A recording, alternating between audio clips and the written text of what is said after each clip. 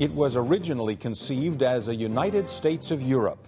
The European Union was created to bind its member nations together economically, politically, and socially. And in the 50 years since it was founded, the EU has progressed, stumbled, and grown, both in membership and influence. So why then are some nations clamoring to be members while others want little to do with the EU? And how do all those countries with different languages, politics, and customs get along with each other? We'll look at these and other issues next on Great Decisions. In a democracy, agreement is not essential, but participation is. Join us as we discuss today's most critical global issues. Join us for Great Decisions. Great Decisions is produced by the Foreign Policy Association, inspiring Americans to learn more about the world. Funding for Great Decisions is provided by the Star Foundation and U.S. Trust. In the wake of World War II, amid the devastation in Europe, there was desire among members of the fractured continent to establish institutions that would bind them together, to ensure peace and prosperity, mainly through economic stability. In 1957, with 6 members, the European Economic Community was born. For several decades, the EEC was primarily an economic forum, but eventually the organization would be renamed the European Union. And after the Cold War ended, the EU began thinking about a common foreign policy for Europe. In the 50 years since its founding, membership has grown to 27 member states. What the Europeans have been able to accomplish under the flag of the European Union, and before that the European Community, and before that the Steel and Coal Community, and so forth and so on, is unprecedented in history. In that time, we've witnessed the creation of a European Parliament, a European Common Market, more recently a single currency, the euro, which has outperformed the US dollar for the past 5 years. And now, taken as a whole, the European Union is the world's largest economy, boasting 35% of the world's GDP, ahead of the United States. This has given tremendous opportunity, but also tremendous security to Europeans, something they didn't enjoy in previous generations. But what does this phenomenal growth and economic power mean for the European people? The answer is complicated. It means different things to different people. In the U.S., no matter what state you live in, everyone pays bills with dollars. Everyone is equally bound by a single constitution with its common rights and responsibilities. And Americans are all held to the same federally regulated interest rates and other economic regulations. The European Union, on the other hand, operates more like a buffet, with member states free to adopt some EU institutions and practices while ignoring others. Take the euro, for example. The EU's common currency has only been adopted by 13 of the 27 member states. The interest rates of these 13 are all set by the European Central Bank, yet other EU members have pegged their own currency to the euro. There is also the case of the European Constitution. Just 16 member states have ratified it, while others have put it off, or in the case of France and the Netherlands, have rejected it outright. All of this means that the EU is still very much clearly under construction. What is the ultimate goal? Is it a United States of Europe, or a more loosely organized federation where members retain considerable autonomy? And in the meantime, who benefits most from these institutions? And why are outsiders like Turkey so eager to get in?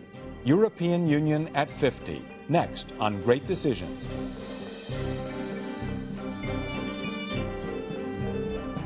And now from our New York studios, here is Ralph Begleiter. Welcome to Great Decisions. Joining us to help figure out the future of the European Union after its 50 years in existence are T.R. Reid, former Washington Post London bureau chief and author of The United States of Europe, the New Superpower and the End of American Supremacy, and Charles Kupchan, senior fellow for European Studies at the Council on Foreign Relations here in New York. Welcome to you both. Thank you. Tom, end of American supremacy? Is the European Union that kind of a threat to the United States? Well, I think economically the European Union is a threat. I mean, let's take a look at Microsoft. The U.S. Justice Department tried to get Microsoft to rewrite Windows and failed. Brussels went after Microsoft and they rewrote Windows because Europe told them to. They have economic clout in the world. The Europeans are making most of the rules that govern commercial trade around the world now, because it's a huge market and they like rules. You know, they're Europeans. So yeah, they have that kind of clout. They give away more money to more countries than the United States does. Let's assume Europe does that because they're nice people, but you buy power by doing that. You buy clout in the world. And give away more money, you mean foreign aid? Yes, foreign aid, both not military, but development aid they give to more countries in higher numbers. You get clout that way. Excuse me. About 80% of the members of the United Nations are getting money from the European Union. No wonder it's hard for us to pass something there that we don't like. So, yeah, I would say certainly in economic terms and kind of cultural terms, Europe has clout in the world today. Since the fall of the Berlin Wall in 1990 or so, about 35 new constitutions have been written. There's not one that has a Congress and a president and a Supreme Court like ours. They're all modeled on European constitutions because that's the model that the rest of the world is trying to follow. Charles, you agree? End of American supremacy? Is Europe a new superpower? I agree with Tom that in the economic realm, the EU is clearly rivaling the United States. It has a market of some 500 million people. The euro has been gaining ground against the dollar. It's becoming a second reserve currency. But on geopolitical issues, the EU has not risen to the occasion, is no match for the United States. There has yet to be an effort to forge a single voice, a common unified position on foreign and security policy. The separate members of the EU are not yet ready to merge how they procure weapons, how they deploy forces. And until that happens, EU will remain, I think, underperforming on the security front, clearly trying to get more engaged diplomatically, not there in terms of deployable force. Great Decision spoke with Strobe Talbot, who is the president of the Brookings Institution and a former Time magazine reporter. Let's listen to what he has to say. I think that we'll see a new degree of energy and some fresh thinking. And I hope a reaffirmation of commitment both to the European project, making the most of the European Union, and also to the central importance of the transatlantic relationship. There is no contradiction whatsoever, or at least there shouldn't be any contradiction, between having a strong and increasingly stronger European Union and having strong ties to the United States. Do you agree with that? No contradiction. You could be a superpower or a challenging superpower without threatening the United States, Charles? Well, in some ways, the Iraq War, even though it was very divisive for the transatlantic community, provided, I think, a process of learning whereby both Americans and Europeans realized that if the two sides of the Atlantic go their separate ways, it could be very negative for both. And the Iraq War sort of divided Europe. You had the British, the Spanish, the Italians that backed President Bush. You had the French and the Germans that led the charge against the war in Iraq. And there was a sense that perhaps the transatlantic relationship was coming to an end. It's interesting that Schroeder and Chirac are gone. You now have Angela Merkel in Germany, Nicolas Sarkozy in France, both of whom are more pro-American, more pro-Atlanticist. And so rather than seeing the EU emerge as a counterweight to American power, which is what the Germans and the French said during the initial years of the Iraq War, you now have European leaders who are saying a strong Europe and a strong America can be partners. And the Bush administration as well, after a period of thinking, well, we don't need Europe, we don't need allies, has come around to saying, you know what, we're in trouble in Iraq, we need help in Iran, we need help in the Middle East peace process. Where do we get that help? The best place to look is the EU. Are they looking to the EU, or are they looking to France and Germany, the heavyweights in Europe? Some combination. Henry Kissinger always said, who do we call when we want to get someone on the horn in Europe? And there is an answer to some extent. There's Javier Solana, the High Representative for Foreign and Security Policy, and he's trying to herd the cattle. On the other hand, if you call him, you also need to call Paris and London and Berlin, because decisions are made partly in Brussels, but partly in national capitals. It's a bit of a hybrid animal.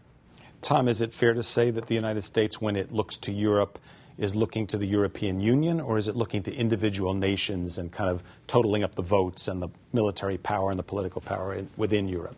Well, George W. Bush was the first president of the United States of America to visit the capital, the headquarters of the United States of Europe, and I think in Brussels. And I think today the U.S. administration is dealing with Brussels and with the EU much more than ever before. Even in Bush's first term, they wanted to deal with Berlin, with London, with Dublin, with Paris. Now they're dealing with Brussels. You remember Rumsfeld famously said, former Secretary of Defense Donald Rumsfeld said, well, there's old Europe and new Europe. He wanted to divide Europe and get our... And the Europeans hated that. They didn't want to be divided by some American Secretary of Defense. And Secretary Rumsfeld went to Munich early in the second Bush administration. Somebody said, what's this about new Europe, old Europe? He said, well, you know, the guy who said that was the old Rumsfeld. Because now I think the U.S. is trying to deal with Europe as an entity. Isn't really the nub of being a superpower about military power and foreign policy power and not about economic power? Tom? Well, they're making a bet. I think the Europeans are making a very interesting gamble that they can be a superpower, a major force in the world without military power. If it takes military power, they won't do it because they're not in the military. They don't like it. They don't like the cost of it. But I think they're betting, yeah, they can be a political, economic, cultural force in the world without military power, and it'll be very interesting to see if that bet pays off. Great Decision spoke with General Wesley Clark, who was the NATO military commander for a while, about the question of whether the U.S. and European military forces have been cooperative with one another. Let's hear what he has to say. Well, basically, what we have now is we have a reaction force on the part of the European Union. We have a reaction force on the part of NATO. And then we have the national pools of forces, and many of these national pools support both the EU force and the NATO force. And people say they're training to common standards. The closer we can come to an integration of these capabilities, the stronger the transatlantic link will be, and the stronger we'll be. European forces are actually working with the United States and have, in a way, taken over some of the responsibilities of the U.S. in Afghanistan, for example. Charles, talk a little bit about that relationship, that military-to-military relationship. There was a theological debate in the 1990s, and it really ran up until the second term of the Bush administration about whether a strong EU and a strong NATO would be compatible. And the Clinton administration was sort of, don't rock the boat, invest money in the military, but don't go off on your own because that will undermine NATO. I think that debate is over. And there's a sense in Washington that the stronger the EU becomes militarily, the more it invests in being able to deploy forces alongside the United States, the better the relationship will be. Does the European military, do the European militaries, plurals, have the kind of projection of force capability the United States has? And from the military standpoint, would you characterize the European Union as a superpower? Tom? They don't have long-range bombers. France has one of these aircraft carriers that can launch a jet plane with a catapult, but they've never gotten it out to sea. Britain says they're going to build two, but nobody's got those tools for projecting power like the United States does. I'm not sure they want them. Of course, two countries in the European Union have nuclear weapons, and that's certainly a force projection capability. Do you think the European Union will be ever given the power to politically control the use of those nuclear weapons? Not for a long time, because that's sort of the final redoubt of sovereignty.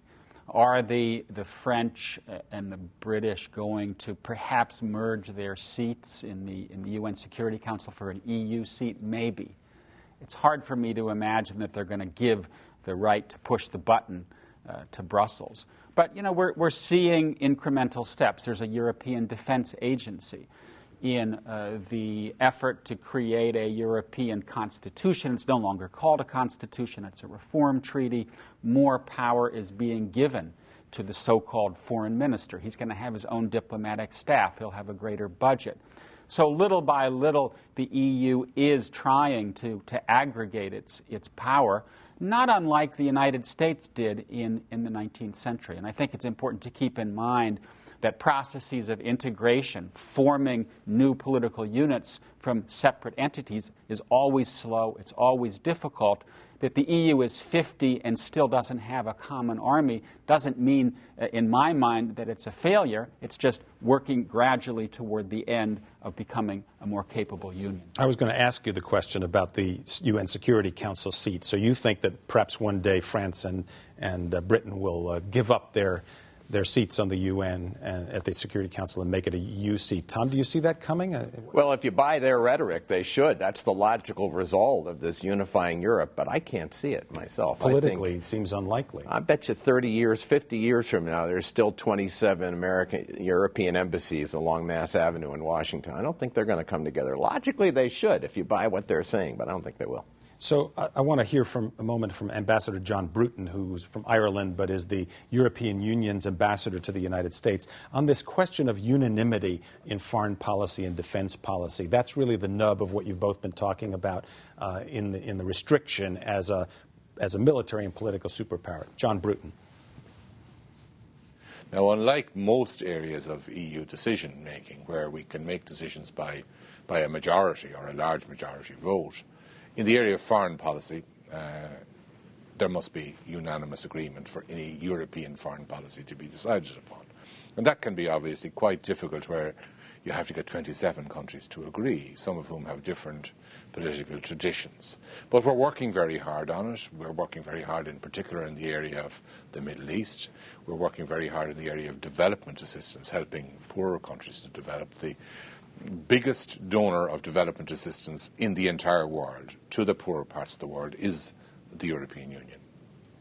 Tom Friedman, the New York Times columnist, once famously said that any political organization that needs an airplane hangar to meet in shouldn't be viewed as any kind of a strong political force. And the point Ambassador Bruton was just making is getting 27 people to agree on whether to push the nuclear button or whether to give up a seat at the United Nations or take any kind of military or defense kind of policy decision is a long way off. I think there are two different trends. One is that over the last 3, 4, 5 years, there has been a process of renationalization taking place in Europe. Power is going back to some extent to the national state. From Brussels to the individual capitals. And I think that's in part because of globalization.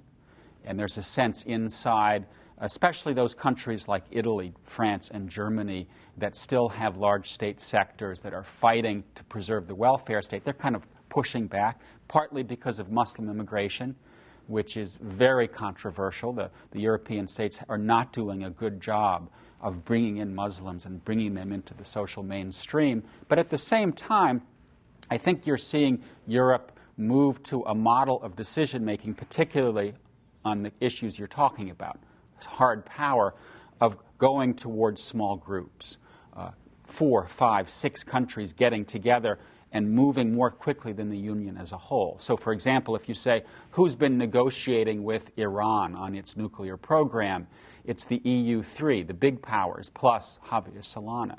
If you say, who's been dealing with the Balkans, it's the contact group, a small number of countries.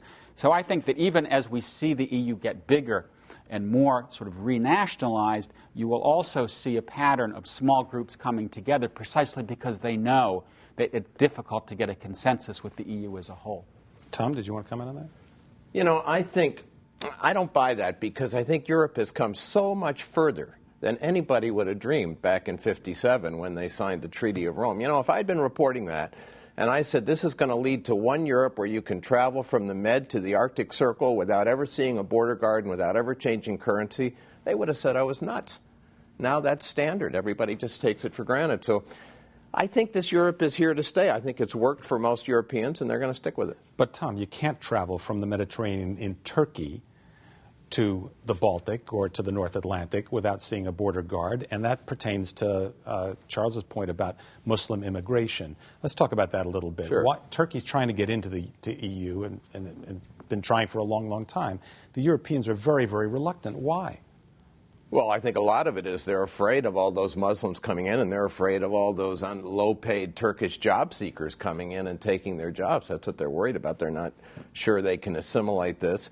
Quite similar, I think, to the kind of revolution against immigration in the United States. It's a powerful force. So that's why they're worried about it. And, of course, it's a matter of geography, Ralph. 2% of Turkey is in Europe. It's, you could argue it's an Asian country.